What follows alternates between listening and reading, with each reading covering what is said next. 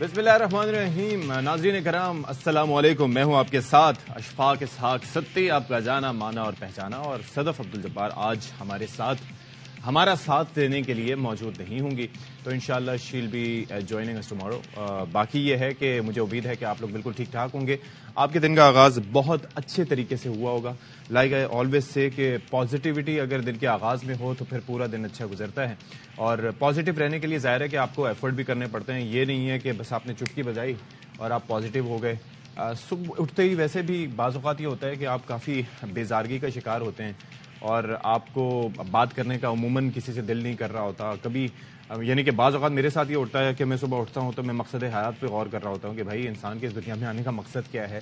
پھر ریئلائزیشن ہوتی ہے کہ بھائی یہ چیزیں ہیں جو کرنی ہیں، یہ ذمہ داریاں ہیں، یہ چیزیں سارٹ کرنی ہیں. تو پھر انسان ظاہر ہے کہ اسی حوالے سے اپنے معمولات کو آگے بڑھاتا ہے. لیکن دن کے آغاز میں اور دن کے اختتام پر خود احتسابی بہت ضروری ہے.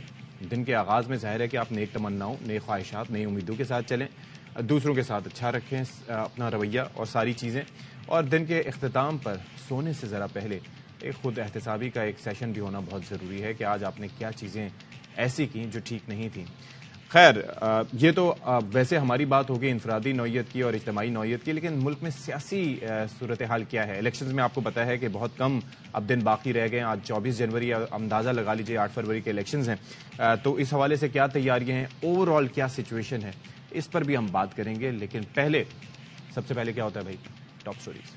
شاہ محمود قریشی صاحب نے اڈیالہ جیل میں میڈیا سے گفتگو کی اور انہوں نے کہا کہ کیا بلاول بھٹو سے پوچھتا ہوں کہ آج نواز شریف کی انتقامی سیاست نظر آ رہی ہے؟ شہباز شریف کی حکومت میں وزیر خارجہ کا حلف کیوں اٹھایا تھا؟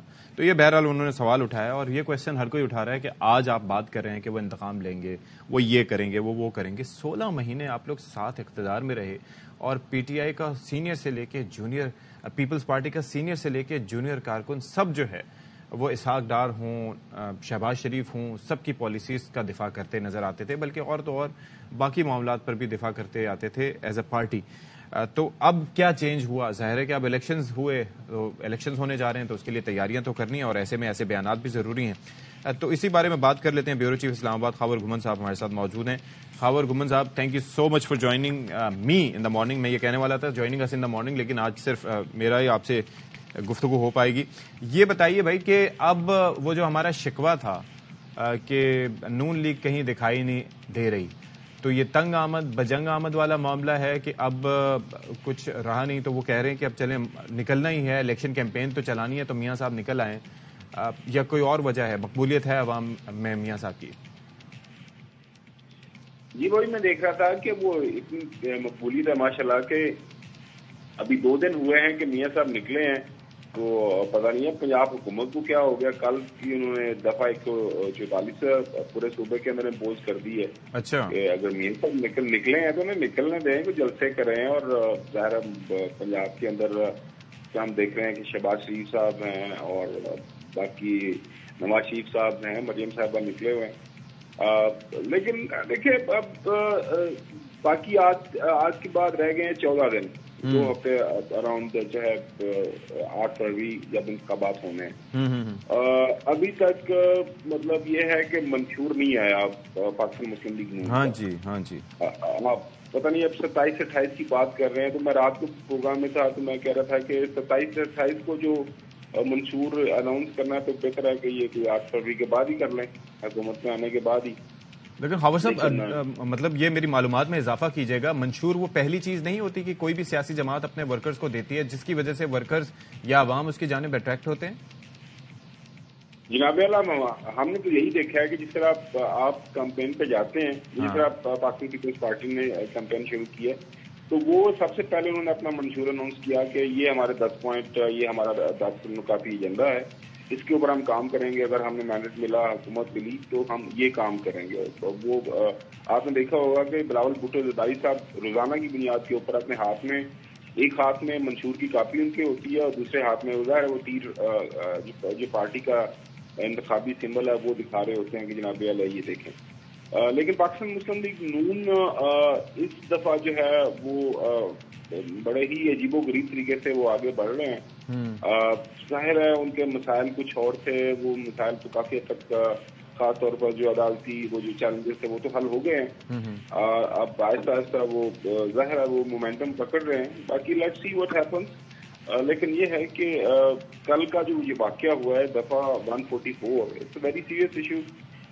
مجھے نہیں پتا کہ آج کے بعد پنجاب کے اندر جو انتخابی مہم ہے کس طرح ہوگی, اور آپ یقینی طور پر اپنے پروگرام میں آج صبح بات بھی کریں گے, کسی ایکسپرٹ کو لیں گے کہ دفعہ 144 جب لگ جاتی ہے تو اس کا مقصد کیا ہوتا ہے. ظاہر ہے وہاں پہ لوگ جو ہیں مطلب لوگ جمع نہ ہونا, مطلب وہ تو بیسک سی وہی ہے. ایگزیکٹلی. تو کیا پنجاب پھر اب انتخابی مہم چلے گی اس کے باوجود بھی, اس کا کیا مقصد ہے؟ This something very interesting. Let's see کہ آج کیا معاملات آگے بڑھتے ہیں. ظاہر ہے کہ اب تو معاملات پنجاب حکومت سے ہٹ کے الیکشن کمیشن کے کنٹرول میں ہونے چاہیے کہ دے شوڈ ڈیسائیڈ کہ what to do and what not to do. اور ظاہر ہے کہ الیکشن کیمپین اگر کسی کو چلانی ہے تو اس کے اندر تو رکھنا نہیں آنا چاہیے کسی بھی طور پر. جی انتخابات, اور وہ بھی یہ کوئی بائی الیکشن نہیں ہے, یہ جنرل الیکشن ہیں, عام انتخابات ہیں پورے پاکستان کے اندر, ورلڈ کے اندر, ہر جگہ کے اوپر.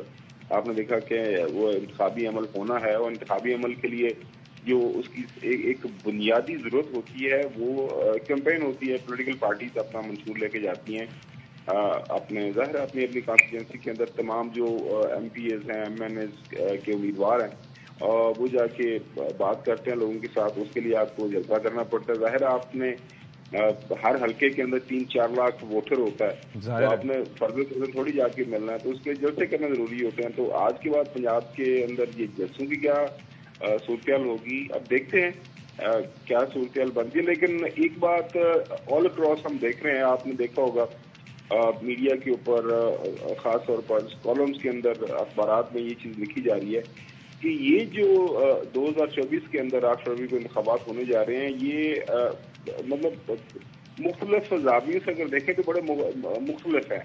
مطلب سب سے جو ہے کم مدت والی انتخابی مہم چلائی جا رہی ہے. ہاں انتخابی جو یہ جو ساری مہم ہے وہ آپ دیکھ رہے ہیں کہ سڑکوں پر, چوک چراہوں پر, دیہاتوں میں اس طرح کے وہ بینرز نہیں ہیں. وہ جو ایکسائٹمنٹ ہوتی ہے, جو ایک ماحول ہوتا ہے الیکشن کا, ایک فیسٹیوٹی ہوا کرتی تھی عام انتخابات. اچھا, ویسے اس کے ساتھ ایک اور چیز بھی ہے نا خابر صاحب, یہ تھوڑا انٹرنیشنل جو میڈیا ہے اس کی بھی توجہ ہوتی ہے, دوسرے ملکوں کی بھی توجہ ہوتی ہے الیکشنز پر. بعض اوقات کچھ مبصرین, کچھ میڈیا وہ بھی آ کے تھوڑا سا الیکشن پر نظر رکھنا چاہتا ہے. اس دفعہ کچھ ایسا دیکھا آپ نے؟ جی فی الوقت جو ہم دیکھ رہے ہیں کہ ایسی کوئی چیز نظر نہیں آ رہی. مطلب بالکل تھوڑا سا نا ایک جو وہ ایکسائٹمنٹ نہیں ہے, مطلب ہونی چاہیے. باقی 14 دن باقی ہیں. ہم تو یہی امید کر رہے تھے کہ ماحول تھوڑا سا گرم ہوگا, لیکن کل سے جس طرح میں نے عرض کیا کہ 144 لگا دیا ہے. اب کل سے ہم کے پی کے مختلف ڈسٹرکٹس کے اندر بھی آپ دیکھ رہے ہیں کہ وہ جو ہے لگی ہوئی ہے, مطلب سیکشن 144 لگا دیا گیا ہے. باقی وہ ایک چیز بڑی ہم دیکھ رہے ہیں, ایک ہی سب سے انٹرسٹنگ چیز ہے وہ آپ وہ دیکھ رہے ہوں گے, وہ ہے سوشل میڈیا کے اوپر جو میمز کی برمار جو ہے, یہ مختلف جو انتخابی نشان ہے وہ آپ نے دیکھا ہے کہ وہ خاص ظاہر ہے اس وقت پاکستان کے جتنے بھی انتخابات ہوئے ہیں ریکارڈ نمبر آف جو ہے انڈیپینڈنٹ کینڈیڈیٹس 2024 میں ہوں گے. یہ کچھ 3,000 سم تھنگ ہے. اور میں اب صبح ہی آپ کے پروگرام پہ آنے سے پہلے میں پڑھ رہا تھا کہ 1985 کے جو غیر جماعتی انتخابات ہوئے تھے اس وقت 1,000 کے قریب جو آزاد امیدوار تھے, لیکن وہ تب تھے ہی غیر جماعتی. لیکن وہ کمپیریزن کریں, ظاہر ہے آپ سیٹیں بھی زیادہ نیشنل اسمبلی کی 336 ہیں, لیکن اس کے باوجود بھی یہ بہت بڑا نمبر ہے. تو آزاد امیدواروں کے اوپر آپ دیکھ رہے ہیں کہ آئی پی پی ہو, جو بلاول بھٹو زرداری صاحب ہوں, اور باقی جماعتیں جو ہے نا وہ ہر کوئی یہ کہہ رہے ہیں کہ ہم آزاد امیدواروں سے مل کے جو ہے وہ جناب اعلیٰ حکومت بنائیں گے. تو اب دیکھتے ہیں کہ آزاد امیدوار جو ہیں وہ کیا کس طرح کا جو ہے رنگ جماتے ہیں 8 فروری کو. لیکن یہ پاکستان کی تاریخ کے اندر انتہائی جسے کہ میری نظر میں عجیب و غریب قسم کے انتخابات ہو رہے ہیں. Let's see what happens. ٹھیک ہے, تھینک یو سو مچ خاور گھمن صاحب.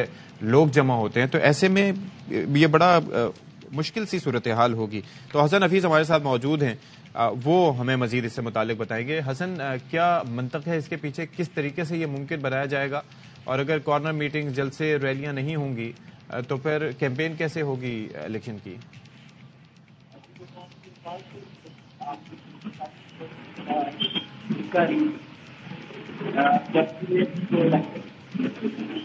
ہوتی ہیں. دفعہ 144 جو ہے وہ گزشتہ روز محکمہ داخلہ پنجاب کی جانب سے جاری نافذ کی گئی ہے, اور نوٹیفیکیشن بھی باقاعدہ ہو چکا ہے, اور جو کہ مختلف جگہوں پر پہنچ چکا ہے. مختلف سرکاری اداروں کو اور قانون نافذ کرنے والے اداروں کو بھی یہ نوٹیفیکیشن پہنچایا جا چکا ہے. اس کے مطابق 4 یا 4 سے زائد افراد کسی جگہ پر اکٹھے نہیں ہو سکتے ہیں, کوئی گروپ کی شکل میں نہیں اکٹھے ہو سکتے ہیں, کوئی گیدرنگ نہیں ہو سکتی ہے, کوئی ریلیز نہیں نکالی جا سکتی ہیں اس نوٹیفیکیشن کے مطابق. اور اس نوٹیفیکیشن کے پر یہ بھی لکھا ہوا ہے کہ الیکشن کا انعقاد کیا جا رہا ہے 8 فروری کو.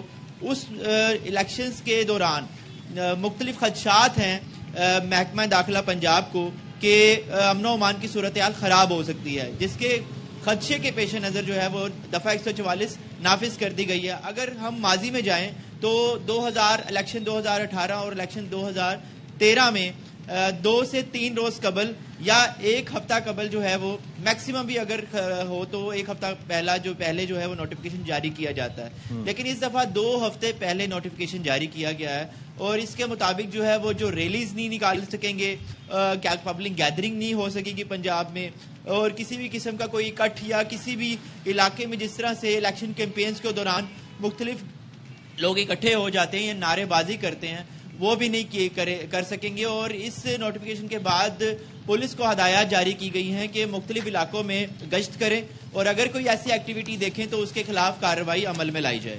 جی اچھا جی, چلیں جی, بہت شکریہ آپ کا, آپ نے تفصیلات دی ہیں, اور یہ بڑا ایک اس حوالے سے کنسرن ہے کہ یہ کس طریقے سے مینج ہوگا.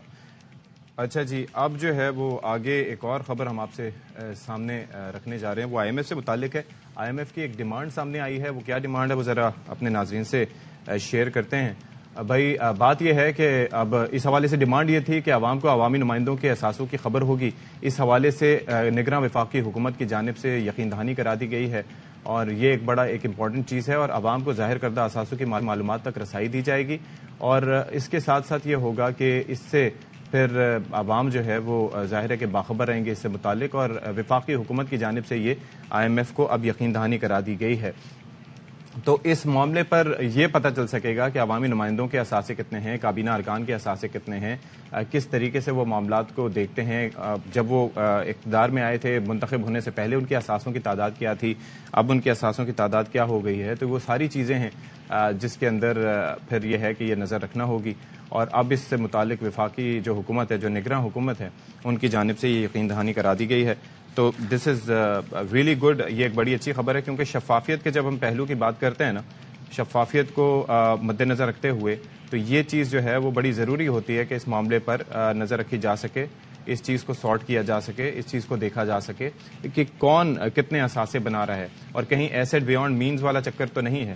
تو یہ چیز آئی ایم گلیڈ کہ یہ چیز ہو رہی ہے.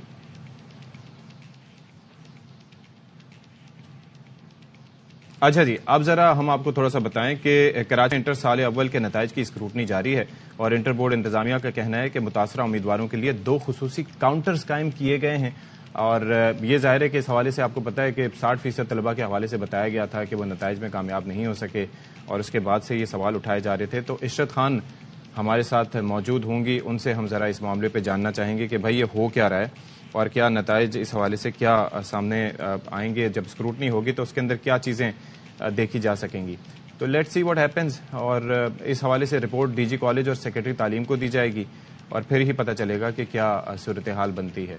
تو ابھی یہ ہے کہ عشرت خان ہمارے ساتھ آ چکی ہیں لائن پہ, ان سے ذرا بات کر لیتے ہیں. بتائیے گا عشرت, کیا پیش رفت ہے اس سے متعلق؟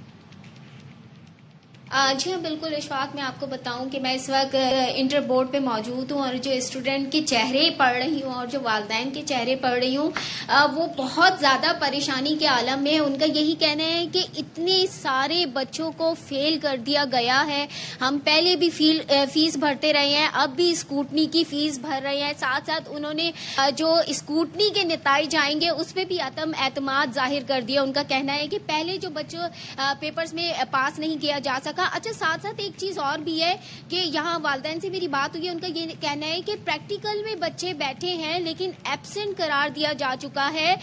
پر پیپر اگر فیس کے حساب سے بات کروں اسکوٹنی کی تو 400 روپے پر پیپر کے حساب سے لیے جا رہے. اور یہاں بہت سارے بچوں کے 5 پیپر رہ گئے ہیں. اگر 400 روپے کے حساب سے آپ اندازہ لگائیں تو کتنا جا کے پڑے گی یہ فیس. اور جو فارم کی فیس ہے وہ 100 روپے ہے. انہوں نے یہی کہا ہے کہ جی اسکوٹنی کی جو ڈیٹ دی گئی ہے وہ 12 فروری ہے، جبکہ اسٹوڈینٹس کا کہنا ہے کہ ہم کیا کریں، ہمارے یہ جو نتائج ہے، یہ جو فیل کر دیا گیا ہے، یہ آنے والے وقتوں پہ ہمارے ریزلٹ پر اثر انداز ہوگا. ان کا یہی کہنا ہے کہ ہمیں تو اب اعتبار نہیں رہا انٹر بورڈ پر کہ یہ سب ہو سکتا ہے. ساتھ ساتھ آپ کو بتا دوں کہ تحقیقاتی جو کمیٹی ہے وہ بٹھا دی گئی ہے، جبکہ جو اسکوٹنی کا عمل ہے وہ 12 فروری تک جاری رہے گا اور اس کے بعد اسکوٹنی کے جو نتائج ہے وہ ایشو کیے جائیں گے. اور جو تحقیقاتی کمیٹی بٹھائی ہے اس کے جو نتائج آئیں گے وہ ڈی جی کالج اور سیکریٹری تعلیم کو دیے جائیں گے. جی ٹھیک ہے جی، تھینک یو سو مچ. آپ نے ہمیں صورتحال سے آگاہ کیا اس حوالے سے، اور ظاہر ہے کہ یہ ایک بڑا کنسرن ہے کہ کس حوالے سے یہ چیزیں آگے بڑھ رہی ہیں، اور اس حوالے سے جتنی چیزیں مینیج کرنے کی کوشش کی جائے وہ ہونی چاہیے، لیکن ایسا ہو نہیں پا رہا. تو اس چیزوں کو یہ نتائج کے حوالے سے چیزیں جو ہیں وہ کافی کنسرننگ تھیں، لیکن آئی ایم شیور کہ اب اس کو سارٹ کیا جائے گا. ایک بریک لیتے ہیں، بریک کے بعد آئیں گے.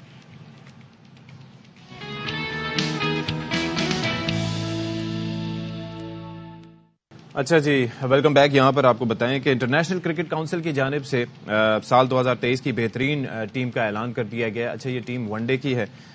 ٹیم میں بھارت کے 6 کھلاڑی شامل ہیں. کوئی پاکستان کھلاڑی جو ہے وہ اس میں جگہ نہیں بنا سکا ہے. بھارتی کپتان Rohit Sharma team of the year کے بھی کپتان مقرر کیے گئے ہیں، اور وراٹ کوہلی، شبمن گل، محمد سراج، محمد شامی، کلدیپ یادو بھی ٹیم میں موجود ہیں. اچھا عالمی چیمپئن جو آسٹریلیا ہے اس سے ٹریوس ہیڈ کو اور اس کے ساتھ ساتھ ایڈم زیمپا کو ٹیم میں شامل کیا گیا ہے. ایڈم زیمپا آپ کو بتایا کہ اسپنر ہیں، ان کو شامل کیا گیا، اور ٹریوس ہیڈ نے وہ میچ وننگ اننگز کھیلی تھی. اچھا اس کے بعد ساؤتھ افریقہ کے ہینڈرک کلاسن اور مارکو ینسن بھی شامل ہیں، اور نیوزی لینڈ سے واحد کھلاڑی جو ہیں وہ ڈیرل مچل بھی اس ٹیم میں جگہ بنانے میں کامیاب بنائے ہیں. تو یہ آئی سی سی ٹیم آف دی ایئر ہے، اور یہ 2023 کی بہترین ون ڈے ٹیم ہے جس کا اعلان کیا گیا ہے.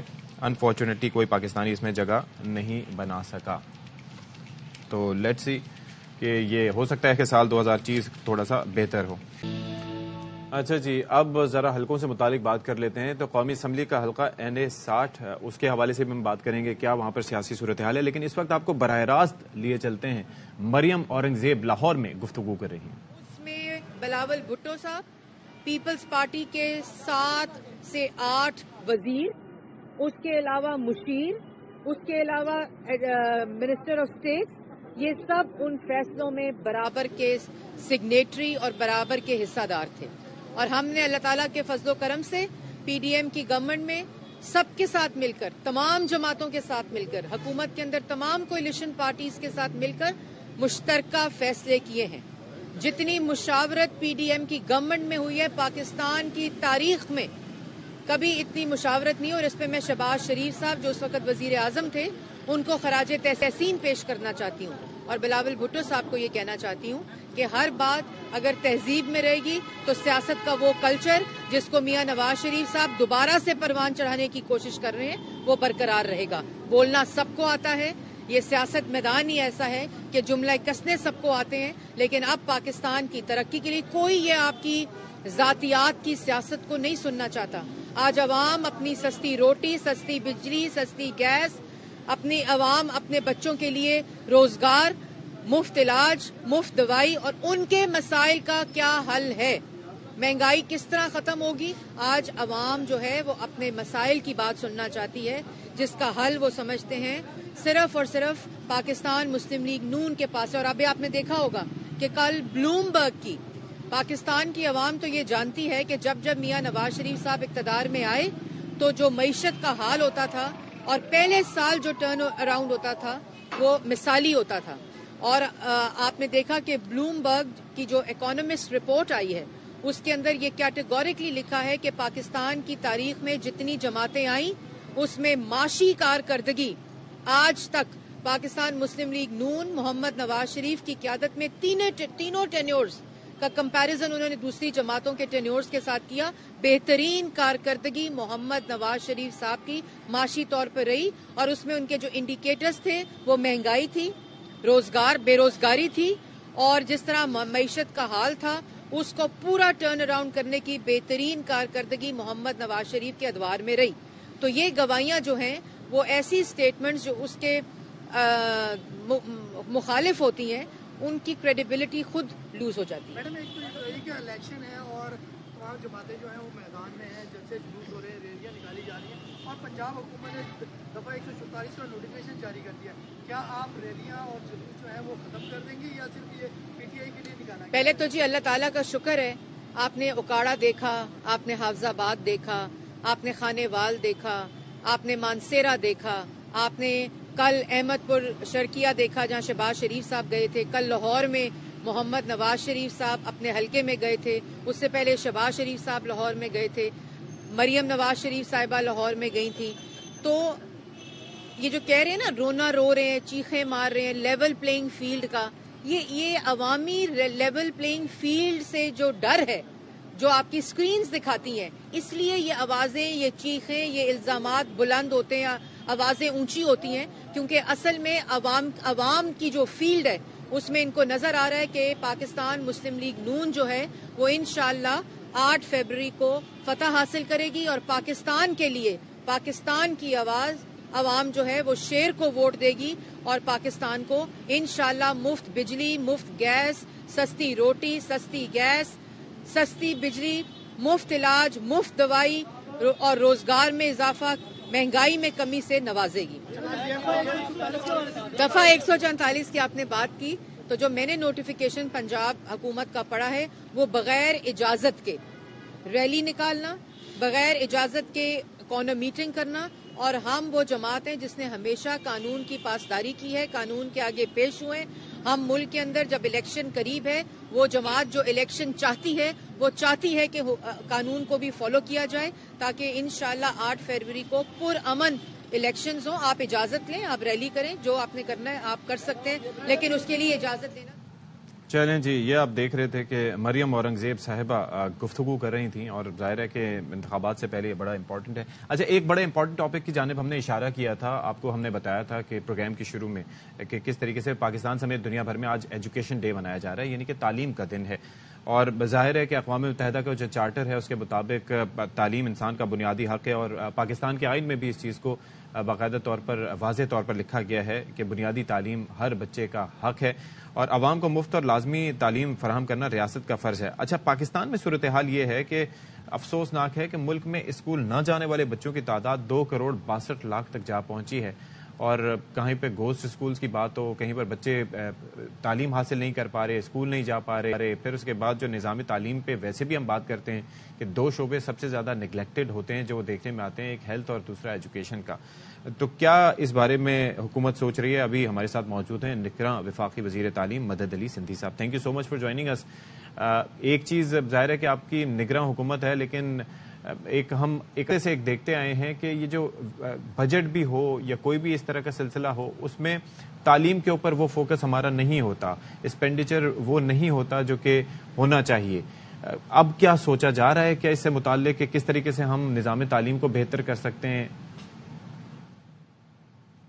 جناب, مسئلہ یہ ہے کہ جب 6 مہینے پہلے میں نے وزیر تعلیم کا عہدہ سنبھالا تو میں نے جن 2 چیزوں پہ توجہ دی, ایک تو معیار تعلیم, اسکولوں کی حالت, جامعات میں جو ہمارے منسلک ہیں ان کو, اور 2.5 کروڑ میں نے جب یہ اعداد و شمار اکٹھے کیے تو معلوم ہوا کہ 2.5 کروڑ بچے ہمارے اسکولوں سے باہر ہیں جن کو واپس کیسے لایا جائے. اس کے لیے میں نے ایک بین الصوبائی تعلیم کانفرنس بلوائی اور ہر صوبے کے جا کر وائس چانسلر سے ملا, بورڈ کے چیئرمینوں سے ملا, کالجز کے سربراہ سے ملا کیونکہ ہمیں محسوس ہے، آپ بھی محسوس کر رہے ہیں، آپ نے بھی سروے کی ہے کہ ہمارے ملک میں معیار تعلیم اور اسکولوں کی جو حالت زار ہے.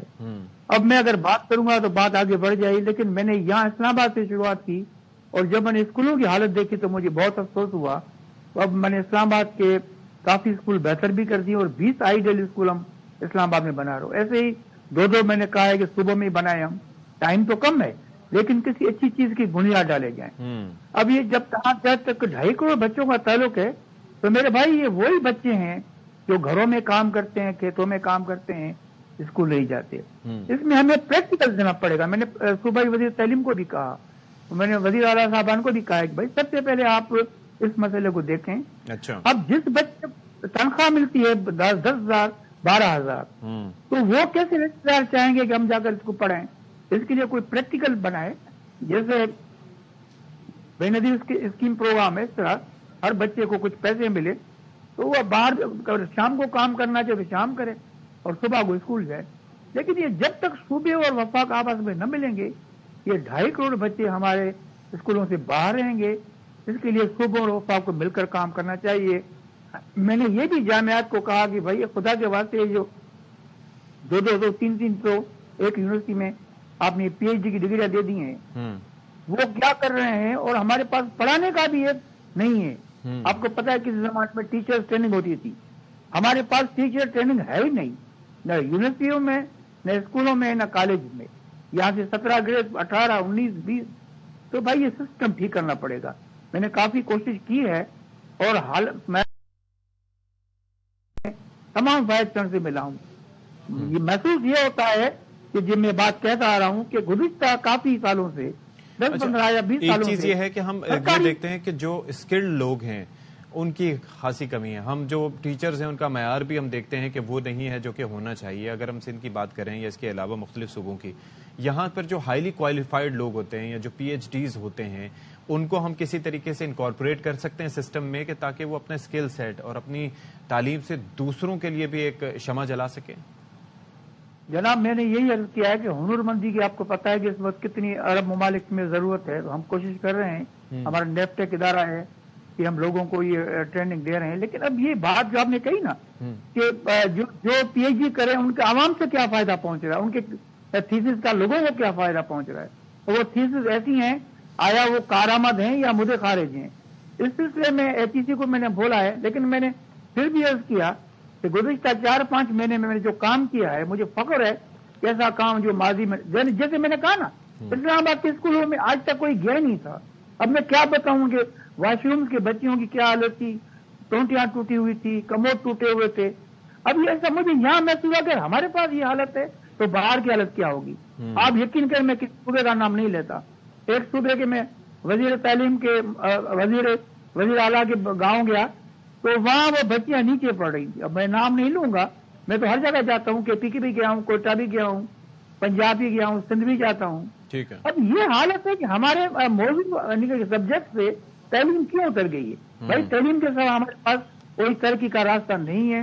معیار تعلیم درست ہوگا، اسکولوں کی حالت بہتر ہوگی تو بچے آگے آ سکیں گے، نہیں تو آگے کوئی آگے نہیں بڑھ سکے گا. چلیں جی، تھینک یو سو مچ. مدد علی سندھی صاحب نگراں وفاقی وزیر تعلیم ہمارے ساتھ موجود تھے.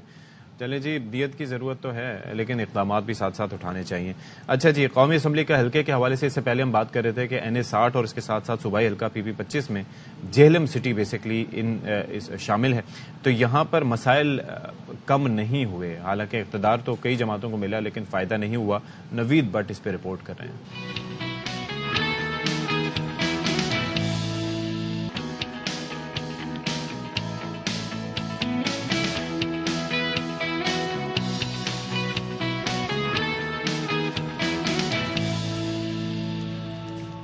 بسم اللہ الرحمن الرحیم. السلام علیکم. ایک بار پھر سے آپ کا باخبر سویرا میں خیر مقدم ہے اور 9 سے 10 بجے کا سفر ہمارا تمام ہوا. اب 10 سے 11 بجے بھی انشاءاللہ آپ کے ساتھ ہوں گے اور بہت سے اہم معاملات جو ہیں وہ آپ کے سامنے پیش کریں گے منفرد انداز میں. اور ظاہر ہے کہ آپ فیس بک پہ ہمارے پیج پہ بھی اپنی رائے کا اظہار کر سکتے ہیں. اس کے علاوہ ایکس پہ بھی آپ کی جو رائے ہو وہ آپ ہمیں دے سکتے ہیں. پروگرام میں بہتری سے متعلق یا آپ کوئی چاہتے ہیں کہ جو ٹاپک ہم آپ سے ڈسکس کریں یا جس ٹاپک پہ ہم آپ بات کریں جو آپ کی ظاہر ہے کہ جس بارے میں آپ کی پسندیدی ہو یا پھر آپ جاننا چاہتے ہیں اس سے متعلق تو آپ اپنی رائے کا اظہار کر سکتے ہیں. بہرحال اب ذرا الیکشنز کے حوالے سے ہم تھوڑا سا بات کرتے ہیں. الیکشنز ہونے جا رہے ہیں اور اب کچھ ہی دن باقی رہ گئے ہیں. سیاسی سرگرمیاں بھی جاری ہیں اور پھر سیاسی ماحول بھی آپ کو پتہ ہے کہ اس میں گرما گرمی ہوتی ہے اور کوئی کسی امیدوار کو سپورٹ کر رہا ہوتا ہے, کوئی کسی دوسرے امیدوار کو سپورٹ کر رہا ہوتا ہے. اور ایسے میں ٹاک شو سے لے کر ہوٹلوں اور گلی محلوں تک, چوک چوراہوں پہ ہر جگہ بحث مباحثے جاری ہیں. لیکن بدقسمتی یہ ہے کہ سیاست میں عدم برداشت, لڑائی جھگڑا اتنا بڑھ چکا ہے کہ ایک انسان سمجھتا ہے کہ جو بات میں کہہ رہا ہوں اسی کو صحیح تصور کیا جائے, اسی کو صحیح سمجھا جائے. اور پھر اتنا اس قدر یہ صورتحال افسوسناک ہو چکی ہے کہ ایک ہی گھر میں رہنے والے باپ بیٹے, اس کے ساتھ ساتھ بھائیوں یا قریبی رشتہ دار سیاسی مخالفت میں ایک دوسرے کے دشمن بن چکے ہیں. اور پہلے تو یہ تھا نا کہ ایک ہی گھر میں اگر دو مختلف پارٹیز کو سپورٹ کرتے تھے تو بات چیت بند ہونا تو ہم سنتے ہی تھے کہ فلاں فلاں سے ناراض ہے, دوست سے ناراض ہے, اور ظاہر ہے کہ ان لوگوں کی وجہ سے ناراض ہیں جو کبھی ان کی کسی خوشی غمی میں کبھی شرکت بھی نہیں کرتے. لیکن بہرحال ابھی چند دن پہلے پشاور میں سیاسی اختلاف پر یہ ہوا کہ باپ نے فائرنگ کر کے اپنے بیٹے کو قتل کر دیا. جی ہاں, ایک باپ نے قطر سے واپس آنے والے بیٹے کو سیاسی اختلاف پر فائرنگ کر کے قتل کر دیا. یہ وہ رویے ہیں جنہوں نے اس وقت عوام کو تقسیم کر دیا ہے اور پولرائزیشن بہت زیادہ بڑھتی چلی جا رہی ہے. یہ بڑی الارمنگ صورتحال ہے. تو گفتگو کے لیے ہمارے ساتھ موجود ہے, اس پر بات کر لیتے ہیں جامعہ پشاور کے شعبہ سیاسیات کے سابق vice chancellor doctor AZ Hilali sahab. Thank you so مچ, آپ نے ہمارے لیے وقت نکالا. ڈاکٹر صاحب, یہ ایک چیز یہ ہے کہ اپنی رائے کا اظہار کرنا یا اختلاف رائے رکھنا, اس میں کوئی قباحت نہیں ہے, یہ کوئی بری چیز نہیں ہے. لیکن یہ ایسا کیوں ہے کہ ہمارے معاشرے میں اس بارے میں عدم برداشت بڑھتا جا رہا ہے؟ چلیں کسی جاننے والے سے عدم برداشت ایک الگ ہو, اختلاف ہو جائے کہ وہ فلانی پارٹی کا آپ اس پارٹی کے, تو سمجھ میں آتا ہے. لیکن خون کے رشتوں کے ساتھ یہ صورتحال, اور خاص طور پہ یہ جو واقعہ پشاور میں پیش آیا, کیوں آخر؟ یہ دیکھیں, اصل میں سرد جنگ کے خاتمے کے بعد دو ایسے واقعات رونما ہوئے ہیں ہمارے علاقے میں, ایک افغان وار اور اس کے بعد وار آن ٹیرر.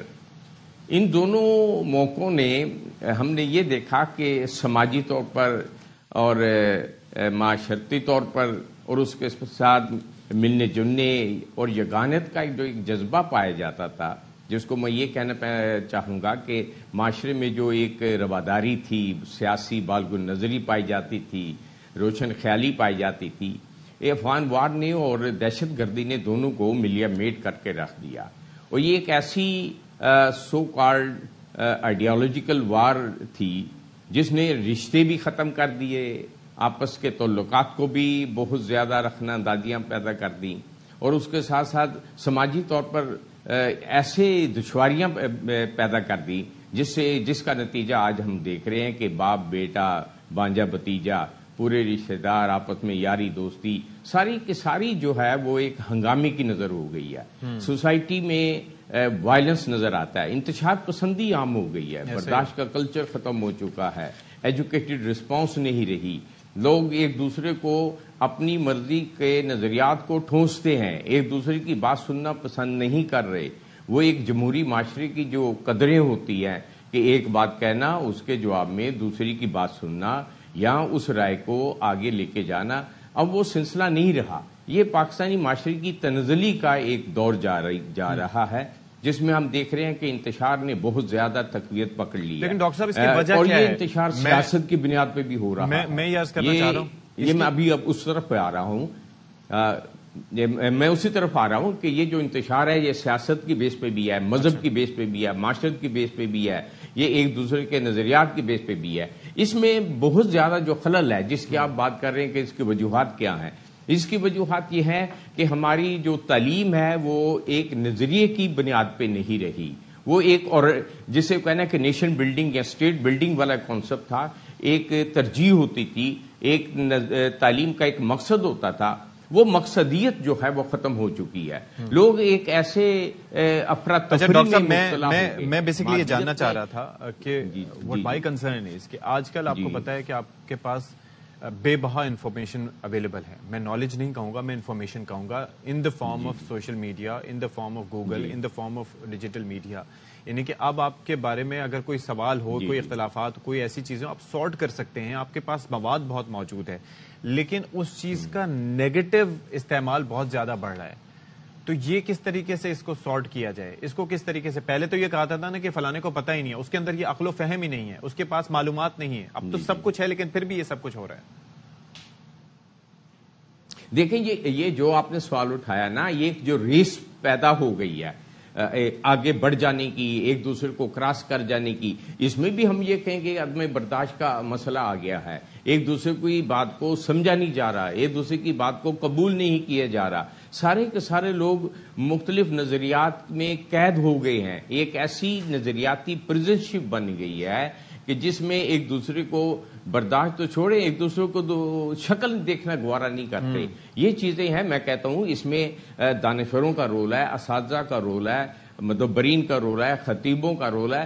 وہ سارے اپنے رول سے چلے گئے ہیں اور تاریخ میں بند ہو کے بیٹھ گئے ہیں. وہ یہ نہیں دیکھ رہے کہ جو نئی نسل ہے اس کے تقاضے کیا ہیں, اس کی ترجیحات کیا ہیں, وہ کیا چاہتے ہیں. اور پرانی تہذیب کے جو لوگ ہیں, وہ ماضی کے جو داستانیں ہیں, وہ ویسے ایک اور چیز بھی ہے کہ سر اب میرے خیال میں ہو یہ رہا ہے کہ ہمارے پاس کسی بھی بات کو کرتے وقت ہمارے پاس لاجک نہیں ہوتی, ہم ڈیبیٹ نہیں کرتے, ہم بحث مباحثہ نہیں کرتے. وہ مناظرہ جس طرح سے کہا جاتا تھا نا کہ آپ یا مجھے کنونس کر لو یا میں آپ کو کنونس کر لیتا ہوں, اب بات شروع ہوتی ہے ہلکے سے اختلاف پہ, اور پھر ہم کہتے ہیں کہ جو ہم کہہ رہے ہیں وہی ٹھیک ہے, اس کے علاوہ کوئی کسی کی دوسری رائے نہیں ہو سکتی. نہیں, یہ جو آپ بات کر رہے ہیں نا, یہ دیکھیں اس میں ضد کا عنصر آ گیا ہے. میں سیاسی طور پر, سماجی طور پر, مذہبی طور پر جس مسلک کے اوپر ہوں, میں اس پہ کمپرومائز کرنے کو تیار نہیں, لچک نہیں دکھاتا, دوسرے کی رائے سننا پسند نہیں کرتا. یہ نہیں دیکھ رہا کہ اس میں فلسفیکلی جو ہے, فلسفیانہ طور پر یا لاجک کے طور پر کیا میں ٹھیک ہوں کہ نہیں. وہ ایک ضد ہے اس میں بہیمانہ طور پر چل رہی ہے, جو دوسروں کے اوپر امپوز کرتے ہیں, جس کے نتیجے میں ابھی جو آپ نے خود بات کی, یہ پشاور میں پہلا واقعہ نہیں ہے کہ باپ نے بیٹے کو مار دیا. یہ کوئی 5واں 6واں واقعہ ہو رہا ہے کہ بھائی نے بھائی کو مار دیا, بھائی نے کزن کو مار دیا. یہ باپ اور بیٹے کا تو یہ پہلا واقعہ ہوا ہے. تو یہ چیزیں جو بڑھ رہی ہیں, اس میں نفرتیں زیادہ بڑھتی نظر آ رہی ہیں, کدورتیں بڑھتی نظر آ رہی ہیں, حد جو ہے وہ خلیج جو ہے وہ وسیع ہو رہی ہے. اس کو کم کرنے کے لیے میڈیا کا رول ہے, یونیورسٹیز کا رول ہے, اسکول اور کالجز کا رول ہے کہ لوگوں کو یہ بتایا جائے کہ کس طرح شگفتگی سے پیش آنا ہے, کس طرح دوسرے کی بات سننی ہے. جو میں نے پہلے لفظ استعمال کیا, جمہوری معاشروں میں ایک دوسرے کو سمجھا جاتا ہے, ایک دوسرے کو سنا جاتا ہے, ان کی رائے کا احترام کیا جاتا ہے. اگر رائے سے اختلاف ہو تو اس پہ خاموشی اختیار کی جاتی ہے, مزید اس کے اوپر بات چیت کی جاتی ہے. یہاں پہ بات چیت نہ کرنے کا جو رجحان ہے, اس میں یہ کہوں گا, بڑی معذرت سے کہہ رہا ہوں, کہ ہمارے مذہبی حلقوں نے اس مسئلے میں جو بنیادی کردار ادا کرنا تھا وہ نہیں کر سکے.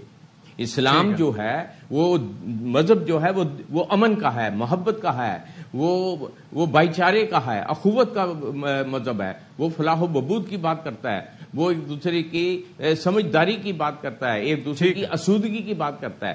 یہاں پہ مذہب نے جب اپنی بنیادیں مضبوط کر لی اور اس کے اوپر ضد کے طور پر بضد ہو کے قائم ہو گئے, اسی طرح پھر سیاست میں بھی ہمیں نظر آ رہا ہے, معاشرت میں بھی نظر آ رہا ہے. اور یہ چیزیں گھروں تک جب پہنچ گئی ہیں تو اس کا مطلب ہے کہ ایک بہت بڑا خلا ہمارے نظام تعلیم میں ہے, ہماری انفارمیشن ٹیکنالوجی میں ہے, میڈیا میں ہے, کہ ہم وہ چیز نہیں آگے تک پہنچا سکے, وہ نہیں کر سکتے. لیکن صبر کا. ٹھیک ہے, thank you so much doctor Izzat Ali sahab. بڑے مؤثر انداز میں آپ اپنے نقطۂ نظر بیان کر رہے تھے.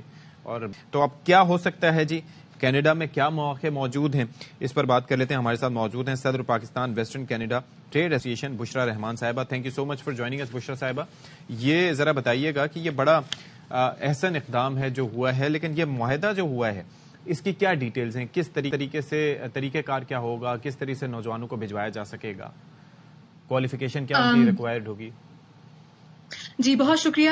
سب سے پہلے میں تھوڑا سا بتا دوں کہ اس کو لے کر تھوڑی سی مس انفارمیشن ہے باہر, تو اس کو میں کریکٹ کرنا چاہتی ہوں کہ جو معاہدہ طے ابھی سائن ہونے جا رہا ہے وہ سائن ہونے جا رہا ہے. جی او پی کا ڈیلیگیشن کینیڈا پہنچ چکا ہے اس وقت. میں ابھی انہی کے ساتھ he just had a meeting with them, اور ہمارا اور P W C T A کا جو Pakistan western Canada trade association ہے, اور گورنر پنجاب کا جو معاہدہ جس پہ محسن نقوی صاحب نے ایک اجلاس پہ جسے یونانیمسلی پاس ہوا تھا ابھی پچھلے ہفتے, اس کو سائن کرنے وہ یہاں پہنچ چکے ہیں. اب اس کے بعد جو اگلا سٹیپ ہے وہ یہ ہے کہ ہمارا کینیڈین کچھ پروونسز کی گورنمنٹ کے ساتھ کافی عرصے سے محنت ہم نے کی ہے, جس میں ہم نے ان کو انگیج کیا ہے کہ ہم پروونشل لیول پارٹنرشپ کرنا چاہیں گے لیبر موبلٹی کے اوپر. اس میں اسکل لیبر آتی ہے, اس میں 2-3 آپ کے سیگمنٹس آتے ہیں لیبر کے. اس میں ایک نرسنگ ہے, کنسٹرکشن ورکرز ہیں, آپ کے انڈسٹریل ورکرز ہیں, اور اس طرح کی 2-3 اس میں ہائی لائٹ ہیں جس کی کینیڈا کو ضرورت ہے. اس کے اوپر وہ ایسا نہیں ہوگا کہ نوجوان رائٹ آف دا بیٹ ابھی لوگ اپلیکیشن دے کے آنا شروع کر دیں گے. اس کا ایک پروسیس ہوگا, اور ابھی کینیڈین گورنمنٹ نے وہ سائن ابھی اپنی سگنیچر اسٹیج پہ نہیں آیا, اور تو اس پہ پچھلے 2 سال سے کام ہو رہا ہے. اور وہ ہماری ایسوسیشن نے ایکچولی نومبر میں میٹنگ ہوئی ہماری محسن نقوی صاحب سے, جس پہ میں نے سی ایم صاحب کو یہ پرپوزل دیا کہ اس پہ ہم 1.5-2 سال سے کام کر رہے ہیں, اور ان کو یہ بہت اچھا لگا. اور اس کے بعد سے ان کے آفس نے اس پہ فالو اپ خود کیا, تمام میٹنگز ہمارے ساتھ لیتے رہے, ان کے آفس نے بہت زیادہ سپورٹ کی. اور یہ نومبر ہے اور آج جنوری ہے, اور انہوں نے ڈیلیگیشن یہاں بھیج دیا ہے. اچھا, ڈیلیگیشن اب مجھے یہ ذرا بتائیے گا, آپ نے کہا کہ ابھی اس پہ دستخط نہیں ہوئے ہیں, یعنی کہ ابھی یہ پروسیس شروع نہیں ہوگا. یہ ابھی جو ہوا ہے, یہ کینیڈین ہائی کمشنر سے جو ملاقات ہوئی ہے, اس میں کیا طے پایا ہے, اور جو معاہدہ ہونے جا رہا ہے وہ کب تک ہوگا؟ اس کی ڈیڈ لائنز انشاءاللہ I'm very hopeful. Again یہ میری ایک پرسنل وہ ہوگی کہ میں بہت ہوپ فل ہوں کہ اسی سال کے پہلے کوارٹر میں ہمارا آگے بڑھ جائے گا. کینیڈین ہائی کمشنر سے جو ملاقات ہوئی اس میں کوئی معاہدہ نہیں طے ہوا, اس میں ایک آپ سمجھے کہ ایک وربل ایگریمنٹ ہوا ہے کہ بوتھ کنٹریز آگے چل کے کام کرنا چاہیں گی. دونوں جو ہے دونوں جو ملک ہیں وہ چاہتے ہیں کہ ایک دوسرے کی پارٹنرشپ مزید آگے بڑھائیں. انہوں نے انوائرمنٹ کے اوپر بات کی, پنجاب میں فوگ کا مسئلہ ہے, اسموگ کا مسئلہ ہے, اس پہ بات ہوئی. اور جو ہماری ایسوسیشن کا جو یہ P W C T A کا جو یہ پرپوزل ہے, اس پہ بہت زیادہ پرانا اور 1.5-2 سال کا کام اور محنت شامل ہے. اور یہ 1-2 دنوں کا چیز نہیں ہے. یہ ایون جب معاہدہ ہو بھی جائے گا, انشاءاللہ جب یہ معاہدہ ہو جائے گا, اس کے بعد بھی اس کا ایک پروسیس ہے کہ اگر فار ایگزامپل نرسز کی بات ہوتی ہے تو ہم کینیڈین گورنمنٹ سے کہیں گے کہ آپ ہم آپ کو ٹرینرز دیتے ہیں, 10 ٹرینرز دیتے ہیں, آپ ہمارے ٹرینرز کو ٹرین کریں اور ہمیں اپنی بتائیں کہ کیا لائسنسنگ آپ کو چاہیے نرسنگ کے. پھر آپ ہمارے ٹاپ 2 اسکولز میں سے نرسنگ لیں, ان کو 1 سال کا کورس کروائیں جب وہ لینڈ کریں کینیڈا میں, جس کو ان کو ایکسٹرا کوئی کاسٹ نہ دینی پڑے, اور اس کے بعد وہ ڈائریکٹ آپ کے ہیلتھ کیئر سسٹم میں پینیٹریٹ. اچھا بشرا صاحبہ, مجھے یہ بتائیے کہ ابھی یہ ہے کہ آئی انڈرسٹینڈ کہ ابھی تو معاہدہ نہیں ہوا, لیکن فرسٹ کوارٹر میں یہ جو سال چل رہا ہے اس میں آپ کہہ رہی ہیں کہ شاید معاہدہ ہو جائے. We are hopeful for that انشاءاللہ. لیکن کیا یہ سلسلہ پنجاب کی حد تک محدود رہے گا یا ملک کے باقی حصوں تک بھی اس کو وسیع کیا جائے گا؟ پنجاب چونکہ سب سے زیادہ بڑی پاپولیشن ہے, ابھی ہم نے شروع پنجاب سے اس لیے کیا کہ کینیڈا کی جو لیجسلیٹو اسمبلی ہے اور ایم پیز وغیرہ بھی ہیں وہ پنجاب کو جانتے ہیں, they understand Punjab, and most immigrants جو آتے ہیں وہ پنجاب سے آتے ہیں. ایک فیملیرٹی ہے جی, تو ایک فیملیرٹی ہے یہاں پہ. بہت سکھ پاپولیشن ہے, ان کا بہت محبت ہے پنجاب سے, اور یہاں تو ایک فیملیرٹی تھی, تو ہم نے پنجاب سے شروع کیا. آگے چل کے وہ نہ صرف کینیڈا کے ایک صوبے بلکہ کینیڈا کے بھی دوسرے صوبوں میں ہم اس کو لے کر جائیں گے. کہ ایک 4-5-6 سال لمبا مشن ہے, اس میں بہت محنت لگے گی. مطلب ادھر سے چلیں جی thank you so much Bushra Rahman. Trying, اور آئی ایم ہوپ فل کہ یہ آگے جو ہے وہ معاہدہ ہو جائے گا, آپ لوگ اس میں کامیاب ہو جائیں گے. اچھا جی, تو یہ تھوڑا سا اپڈیٹ کر دوں کہ یہ معاہدہ نہیں ہوا ہے, یہ بیسکلی وربل انڈرسٹینڈنگ ہے ابھی کہ اس معاملے پر کام ہوگا, ساتھ مل کے چلنا چاہیے. معاہدہ ابھی نہیں ہوا, معاہدہ ہوگا, ابھی ہو سکتا ہے اس سال کے پہلے کوارٹر میں آگے جا کے ہو, تو اس کے بعد بھی ایک پروسیس ہوگا, یعنی کہ اس پروسیس میں بھی اچھا خاصا ٹائم لگے گا. یہ نہیں کہ آج معاہدہ ہوا کل بندے جانا شروع ہو گئے, اس کے لیے بھی میکینزم طے ہوگا. تو اس پر بات کریں گے جی. کیا ہو رہا ہے, کیوں ہو رہا ہے. ہمارے ساتھ موجود ہیں ترجمان CDA Noman Khalid sahab. Thank you so much for joining us Noman sahab. یہ ظاہر ہے کہ میں کینیڈا کے حوالے سے ایک چیز پڑھ رہا تھا. ظاہر ہے کہ بیرون ملک مثال ہے, لیکن وہاں پر آج سے 100 سال پہلے جو ٹری کور تھا ابھی بھی ویسا ہی ہے یا اس میں اضافہ ہوا ہے. اچھا, ہم کراچی کی یہاں پر بیٹھ کے مثال نہیں دے سکتے کیونکہ یہاں پر تو آوے کا آوا ویسے ہی کنکریٹ کا جنگل ہے, لیکن اسلام آباد ایک ایسا شہر تھا کہ جب یہاں پر آپ لینڈ کرتے تھے تو ایک سیرینٹی, ایک خوبصورتی, ایک ایک ٹری کور, ایک گرینری, ہریالی, یہ سب آپ کو بڑا اٹریکٹ کرتی تھی. لیکن اب وہ مجھے لگ رہا ہے کہ وہ چیزیں ماند پڑتی جا رہی ہیں, وہ کم ہوتی جا رہی ہیں. کیا وجہ ہے اس کی؟ جی بہت شکریہ اشفاق صاحب, آپ نے ٹائم دیا. سب سے پہلے میں ہائی لائٹ کرنا چاہوں گا کہ CDA اسلام آباد میں جو بھی ڈیولپمنٹ ہو رہی ہے اس کو ایک اسلام آباد کا ماسٹر پلان دیا گیا ہے جس کے بیسس پہ وہ ڈیولپمنٹ کی جاتی ہے. ٹھیک ہے, بٹ اگر آپ ماسٹر پلان کو فالو کریں تو اسٹل 23% آف دا لینڈ جو ہے وہ گرین بیلٹس اور گرین ایریاز پہ محیط ہے. سیکنڈلی, آپ نے جیسے بات کی, ایک یہ ناٹ جسٹ اسلام آباد بٹ پورا پاکستان اور ساؤتھ ایشیا میں یہ امپیکٹ جو کلائمیٹ کا امپیکٹ آ رہا ہے اس میں ہم بھی ہٹ ہو رہے ہیں, جس کی وجہ سے کلائمیٹک ایشوز اور یہ ساری چیزیں آ رہی ہیں. اس چیز کو ایڈریس کرنے کے لیے اسلام آباد میں CDA is very concerned about it. کافی سارے اسٹیپس لیے جا رہے ہیں. پہلا اسٹیپ جو لیا ہے وہ یہ ہے کہ CDA کی جو میٹرو بس کے روٹس تھے اس میں CDA نے 160 نئی الیکٹرک بسز لی ہیں, جس کی وجہ سے یہاں پر we will have over 200 electric buses کا نیٹ ورک جو پورے اسلام آباد میں ڈفرینٹ روٹس پہ چلے گا. اس میں اگر اکیڈیمیا کی ایگزامپل دوں, ہمیں قائد اعظم یونیورسٹی نے ایک اسٹڈی میں بتایا تھا کہ اسلام آباد جیسے شہر میں اگر 240 بسز کا روٹ اگر چل رہا ہو تو that can facilitate the entire Islamabad city کی پاپولیشن. تو پہلا اسٹیپ ہم نے یہ لیا ہے کہ الیکٹرک بسز کا ہم نے روٹ اور اس کو انہینس کریں. سیکنڈ, ہم نے پہلے بھی اس پہ بات کی تھی کہ اسلام آباد میں پہلا پاکستان کا شہر ہے جہاں پر ہم cycling as an alternate transportation کے لیے 350 کلومیٹر سے زیادہ کا ہم سائیکلنگ کا لین لگا رہے ہیں. کانسیپٹ یہ ہے کہ میٹرو بسز اور ساتھ میں سائیکلنگ کی لینز کے ساتھ رہتے ہوئے ہم جو ہے لوگوں کو فیسیلیٹیٹ کریں جہاں پر وہ آلٹرنیٹ ٹرانسپورٹیشن پہ جائیں, جس کی وجہ سے جو شہر میں گاڑیاں آ رہی ہیں وہ ٹریفک کنجیشن کم ہوگی اور اس سے جو ہے کیا کہتے ہیں آپ کا جو کنٹریبیوٹر ہے ٹورڈز کاربن فٹ پرنٹ وہ بھی ریڈیوس ہوگا.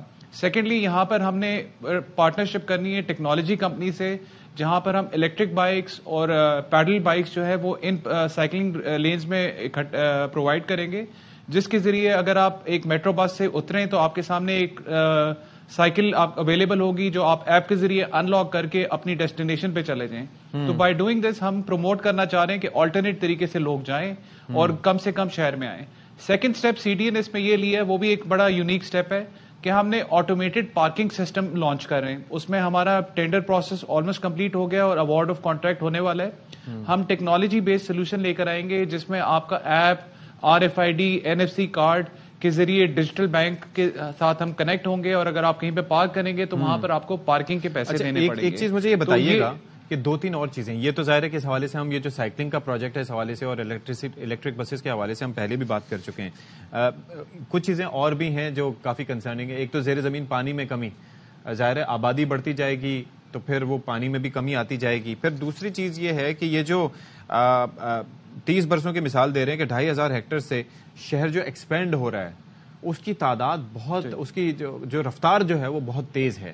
جگہ جگہ ہاؤسنگ سوسائٹیز بن رہی ہیں, تجارتی مراکز بن رہے ہیں. اسلام آباد کا جو نقشہ ایک سال میں آپ واپس جاؤ تو کچھ اور کا اور ہوتا ہے. اسی حوالے سے ظاہر ہے کہ آپ کو ریسورسز بھی چاہیے ہوتے ہیں یا ریسورسز کی مینجمنٹ چاہیے ہوتی ہیں. تو اشفاق صاحب آپ کا پوائنٹ بالکل ویلڈ ہے. دیکھیں, ایک جو ہمارا پاپولیشن گروتھ کا امپیکٹ ہے نہ صرف پورے پاکستان بٹ اسلام آباد بھی اس کو فیس کر رہا ہے اور ایک وہ ریئلسٹک چیز ہے جس کو ہمیں ایڈریس کرنا ہے اور اسی کے تھرو ہم نے کرنا ہے. اس میں یہ ہے کہ ہماری ریگولیشنز کہتی ہیں کہ اب پانی آپ پانی کو ہم نے ریچارج کرنے کے لیے مینڈیٹری کیا ہے کہ آپ نے اگر کوئی اپنی بلڈنگ بنانی ہے تو اس میں انڈر گراؤنڈ ریچارجنگ یونٹ آپ نے ہر حال میں مینڈیٹری لگانا ہے. سیکنڈلی, ہم نے جو ہے کہ کہتے ہیں پلانٹیشن کے اوپر بہت زیادہ فوکس کیا ہے اور پلانٹیشن میں ایک اور چیز بتانا چاہوں گا کہ ابھی ہم جو ہے یونیورسٹیز کے ساتھ مل کے ایک AI بیسڈ سسٹم بنانے کی کوشش کر رہے ہیں جہاں پر ہمیں سیٹلائٹ امیجری کے تھرو اسلام آباد پورے شہر کے کتنے ٹوٹل درخت لگے وہ ٹری کاؤنٹ کا ہمیں کاؤنٹ مل جائے اور بیسڈ آن دیٹ وہ الگوریتم بتائے کہ کون کون سے بیرن ایریاز ہیں جہاں پہ درخت لگانے کی ضرورت ہے, اور ساتھ میں ہم ہارٹیکلچر جو ڈپارٹمنٹ ہیں یونیورسٹیز ان کو انوالو کر کے وہ ہمیں پریڈکٹ کرے گا کہ اس میں کون سا لوکل جو درخت ہے پلانٹ وہ لگائیں, کیا فروٹ ٹریز لگائیں, کس قسم کے درخت لگائیں. اگر ہمارا یہ والا سولوشن بن جاتا ہے تو ہم اس کو ویب سائٹ پہ اویلیبل کر دیں گے جہاں پر جنرل پبلک کو بھی اویئرنیس ہوگی اور وہ بھی کنٹریبیوٹ کر سکتے ہیں درخت لگانے میں. پیرالل میں ہم نے درخت لگانے کی ایک میسو ایکسرسائز کی ہے جس میں ہم لوکل سپیشیز کو لگانے کی کوشش کریں جو کنٹریبیوٹ کرتے ہیں towards development of ecosystem. اس میں فروٹ ٹریز کے اوپر فوکس ہے, اس میں ایسے درختوں کی طرف فوکس ہے جہاں پر آپ کے جانور پرندے وہ بھی اس کو فیسیلیٹیٹ کریں تاکہ وہ ایک ایکو سسٹم کو بہتر طریقے سے امپروو کرنے میں ہیلپ کریں. تو یہ سارے اسٹیپس ہیں. سی ڈی اے ایک بڑے پرائرٹی موڈ میں اس پہ کام کر رہا ہے اور ہمارا بھی فوکس یہی ہے کہ جس طرح بھی ہو ہم اپنے انوائرمنٹ کو پروٹیکٹ اور امپروو کریں. چلیں جی, تھینک یو سو مچ نعمان خالد صاحب. ظاہر ہے کہ یہ ایک بڑے اس طرح کے ڈراسٹک میجرز ہیں جو ہمیں لینے کی ضرورت ہے, اور اس طرح کے میجرز لیے جائیں گے تو پھر یہ ہے کہ ملک کے لیے بہتری ہو سکتی ہے, اور خاص طور فیڈرل کیپٹل کی اگر ہم بات کریں تو وہاں پر یہ بڑی ضرورت ہے اس چیز کی کہ اس کی خوبصورتی کو ایک طرح سے برقرار رکھا جا سکے.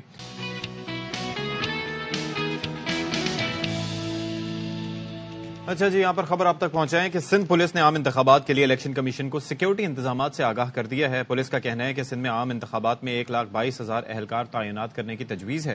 صوبے میں 1,05,000 اہلکار دستیاب ہیں, 17,000 اہلکاروں کی کمی ہے. نذیر شاہ اس سے متعلق مزید بتا رہے ہیں, بتائیے گا جی اس سے متعلق نذیر. بالکل دیکھیں, ملک میں عام انتخابات کے دوران سندھ میں سیکورٹی صورتحال فول پروف بنانے کے لیے سندھ پولیس کو کس منتھ میں کتنی ریکوائرمنٹس ہے اور ان کے کیا اخراجات ہوں گے, سندھ پولیس نے الیکشن کمیشن کو آگاہ کر دیا, جس کے مطابق 1,22,000 اہلکار تعینات کرنے کی تجویز ہے, جبکہ سندھ میں 1,05,000 اہلکار دستیاب ہیں اور 17,000 کی کمی ہے. الیکشن کے روز پاک فوج اور رینجرز انتہائی حساس مقامات پر نہ صرف تعینات ہوں گے بلکہ جوان مختلف انتہائی حساس مقامات پر گشت بھی کریں گے. سندھ میں مجموعی طور پر 19,004 پولنگ اسٹیشن ہیں, جن میں 6,593 حساس, 6,457 انتہائی حساس پولنگ اسٹیشن ہیں. نارمل پولنگ اسٹیشن پر 4 اہلکار, حساس پر 6 انتہائی حساس اور 8 اہلکار تعینات ہو گئے. سندھ پولیس کے مطابق سندھ میں 1,15,030 پولیس اہلکار اور 7,000 QRF درکار ہیں, اور سندھ پولیس نے مزید اخراجات بھی مانگے ہیں جن کے مطابق کھانے کی مد میں 21 کروڑ 28 لاکھ سے زائد, جبکہ اضافی فوج, اضافی گاڑیوں, مشینری مرمت اور اسٹیشنری سمیت مجموعی طور پر 62 کروڑ 54 لاکھ سے زائد کی رقم درکار ہوگی. جی چلیں جی, بہت شکریہ آپ کا نذیر شاہ, آپ نے ہمیں تفصیلات دی. اچھا جی, یہاں پر اب جو ہے وہ خبر آپ تک پہنچا رہے ہیں. خبر یہ ہے کہ انسداد دہشت گردی عدالت میں شیخ رشید احمد کی طبیعت ناسازی کی درخواست دائر کر دی گئی ہے اور استدعا کی گئی ہے کہ شیخ رشید کو کسی بھی سرکاری اسپتال منتقل کیا جائے. عدالت شیخ رشید کے طبی معائنے کا حکم دے اور اس حوالے سے رپورٹ بھی طلب کی جائے. شیخ رشید کی طبیعت ناساز ہے لیکن انہیں ملاقات کی اجازت نہیں دی جا رہی. بابر ملک ہمارے ساتھ موجود ہوں گے, ان سے ذرا بات کریں. جی بابر, بتائیے گا اس سے متعلق. دہشت گردی کی خصوصی عدالت میں آج شیخ رشید احمد کی درخواست ضمانت پر سماعت تھی. ان کے وکیل جو ہے سردار عبدالرازق پیش ہوئے, ان کے بھتیجے راشد شفیق اور دیگر سردار شہباز پیش ہوئے ہیں. شیخ رشید احمد کی جانب سے ان کے وکیل کی جانب سے درخواست دی گئی ہے کہ اڈیالہ جیل میں شیخ رشید احمد کی طبیعت ناساز ہے, جبکہ جیل کے اندر عدالت کے حکم پر ہی سپرنٹینڈنٹ اڈیالہ جیل کی جانب سے ان کی ملاقات بھی نہیں کروائی گئی اور نہ ہی شیخ رشید احمد کا طبی معائنہ کروایا گیا, جس پر آج راولپنڈی انسداد دہشت گردی کی خصوصی عدالت کی جانب سے اس درخواست پر توہین عدالت کا ایک نوٹس جاری کیا ہے کہ عدالت کے حکم پر عمل درآمد نہیں کیا سپرنٹینڈنٹ اڈیالہ جیل کو, اور 26 جنوری کو طلب کیا گیا. جبکہ جو شیخ رشید احمد کی درخواست ضمانت تھی اس کی سماعت 2 گھنٹے کا وقفہ ہے. ان کی طبیعت کے حوالے سے عدالت کی جانب سے یہ حکم جاری کیا گیا ہے کہ ان کا RIC راولپنڈی انسٹیٹیوٹ کارڈیالوجی میں چیک اپ کروایا جائے, انہیں طبی معائنہ ان کا کروایا جائے اور ان کی طبیعت کے حوالے سے عدالت کو آگاہ بھی کیا جائے. یوں سماعت اب جو توہین عدالت کا جو نوٹس تھا اس کے اوپر تو 26 جنوری کو طلب کیا گیا ہے, لیکن درخواست ضمانت کی سماعت جو ہے اب سے کچھ دیر کے بعد جو ہے دوبارہ شروع ہوگی کیونکہ پروسیکیوٹر اویل نہیں تھا, ان کو طلب بلایا گیا ہے. جی چلیں جی, بہت شکریہ آپ کا بابر ملک, آپ نے ہمیں تفصیلات دی. اچھا جی, آپ ذرا آپ کو بتائیں کہ بلاول اور آصفہ بھٹو بھرپور انداز میں انتخابی مہم چلا رہے ہیں اور 2 نوجوان سیاستدانوں نے سینئر سیاستدانوں کو پیچھے چھوڑ دیا ہے. یہ موقف ہے شہری رحمان صاحبہ کا اور کہتی ہیں کہ معاشی ایجنڈے سے ثابت کر رہے ہیں کہ پیپلز پارٹی کو کیوں منتخب کرنا چاہیے. 30 لاکھ گھر دینے کا وعدہ صرف انتخابی نعرہ نہیں بلکہ حقیقی منصوبہ ہے. بلاول اشرافیہ کو نہیں مظلوم عوام کسانوں اور مزدوروں کو سبسڈی دینے کا ارادہ رکھتے ہیں. چلیں جی ایک بریک لیتے ہیں, بریک کے بعد آئیں گے.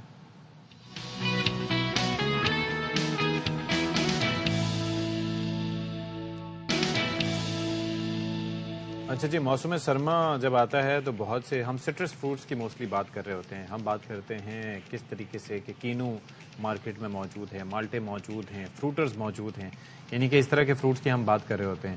لیکن ایک جو پھل ایسا ہے جو کہ افادیت میں بہت زبردست ہے لیکن مقبولیت اس کی تھوڑی کم ہے, وہ ہے رس بیری.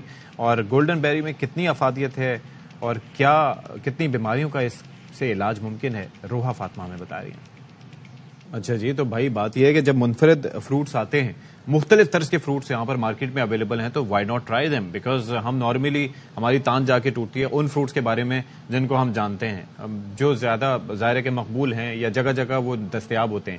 تو یہ جو رس بیری ہے, اس طرح کے فروٹس ہوتے ہیں, یہ اتنے زیادہ دستیاب بھی نہیں ہوتے, تھوڑا سا ڈھونڈنا پڑتا ہے. لیکن ٹرائی کر کے دیکھیں بھائی, جب اتنے طبی فائدے اس کے اندر موجود ہیں تو پھر اس سے بڑھ کر اور کیا ہو سکتا ہے. اچھا جی, تھوڑا سا مزید خبروں کی طرف بڑھتے ہیں. سول ایویشن کی حج فلائٹ آپریشن سے متعلق اور اس سے قبل تیاریاں جاری ہیں, اور کیا تیاریاں ہو رہی ہیں اس حوالے سے ہمیں محمد صلاح الدین بتا رہے ہیں. جی صلاح الدین. دیکھیں بالکل, یہ حج آپریشن سے قبل جو ہے سعودی عرب جانے والے تمام پروازوں کے مسافروں کی مکمل جانچ پڑتال ہوگی. ایئرپورٹ پر سعودی عرب سے جو ہے جدید اسٹیٹ آف دی مشینیں 10 مشینیں درآمد کی جائیں گی. جدید 10 مشینیں جو ہیں وہ ملک کے مختلف ایئرپورٹ پر نصب ہوں گی, جس میں اسلام آباد, لاہور, کراچی شامل ہے. قبل از آپریشن سے سعودی عرب جانے والے عازمین اور دیگر مسافروں کے سامان کے ان جدید مشینوں کے ذریعے اسکیننگ ہوگی. یہ جوائنٹ وینچر ہوگا اور اس کی تمام تر نگرانی سیکٹری ایویشن اس منصوبے کی نگرانی کر رہے ہیں. جدید مشینیں کے جو اس کا جوائنٹ وینچر ہے, اس میں CAA ہوگی, ASF ہوگی, کسٹم اور دیگر ادارے شامل ہوں گے, جو یہ جدید مشینیں سے مسافروں کے سامان کے ساتھ ساتھ جہاز کے لیے نقصان دہ آلات اور بارودی مواد کی جانچ کرنے کی بھی صلاحیتیں رکھتی ہیں. چلیں جی, بہت شکریہ آپ کا محمد صلاح الدین. اچھا جی, یہاں پر ابھی آپ کو بتائیں کہ بین الصوبائی سرحدی علاقے سے دہشت گردوں کے پنجاب میں داخلے کی کوشش ناکام بنا دی گئی. IG پنجاب کہتے ہیں کہ رات کو DG خان کی سرحدی چوکی جھنگی پر کلدن تنظیم کے 8 سے 10 دہشت گردوں نے حملے کی کوشش کی. چوکی کے جوانوں نے جدید کیمروں کی مدد سے دہشت گردوں کی نشاندہی کی اور پولیس کی فائرنگ سے دہشت گرد بھاگنے پر مجبور ہو گئے. اور پھر اس کے ساتھ ساتھ بیک اپ میں دوسری ٹیم بھی فوری طور پر پہنچی اور تمام سرحدی چوکیوں پر پولیس کی ٹیمیں ہائی الرٹ ہیں اور فرائض ادا کر رہی ہیں.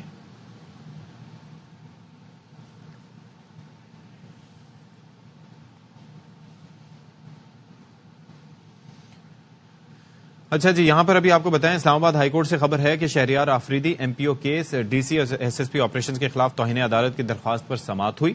DC اسلام آباد عرفان نواز میمن اور SSP آپریشن عدالت میں پیش ہو گئے. عدالت میں اسلام آباد کے 3 تھانوں مرگلا, انڈسٹریل ایریا اور تھانہ اپارا کا ریکارڈ پیش کرتے ہوئے ریکارڈ کیپرز نے بیان بھی ریکارڈ کرا دیا. سماعت میں وقفہ کر دیا گیا. مزید کچھ ڈیٹیلز ہیں تو وہ حسین احمد چودھری ہمیں بتائیں گے. جی دیکھیں, ڈپٹی کمشنر اسلام آباد اور SSP جو آپریشن ہے ان کے خلاف اور دیگر کے خلاف توہین عدالت کیس جو ہے وہ چل رہا ہے اور اس میں باقاعدہ ٹرائل کا آغاز ہو چکا ہے. DC اسلام آباد, SSP اور SP City جو ہے وہ عدالت میں پیش ہوئے. اسلام آباد کے 3 تھانوں کا ریکارڈ عدالت میں پیش کر دیا گیا ہے. خاتون وکیل کی جانب سے موقف اختیار کیا گیا کہ کل کی سماعت کے آرڈر میں ہمارا موقف نہیں لکھا گیا, جس پر فاضل عدالت کی جانب سے کہا گیا ہے کہ عدالت کی جو اسٹریٹجی ہے وہ عدالت نے بنانی ہے, ہمیں پتہ ہے کہ کیسے چل رہا ہے. جسٹس بابر ستار نے کہا کہ یہ آفیشیل ریکارڈ ہے, جنہوں نے توہین کی ہے انہی کا ریکارڈ ہے اور ریکارڈ کیپر پولیس اسٹیشن تھانہ مارگلا متعلقہ دستاویزات کے ساتھ پیش ہوئے ہیں. اسی طرح 2 مزید تھانوں کے جو افسر تھے وہ بھی پیش ہوئے ہیں اور تینوں کے بیانات جو ہے وہ قلم بند کروا دیے گئے ہیں. جسٹس بابر ستار جو ہے وہ کیس کی سماعت کر رہے ہیں.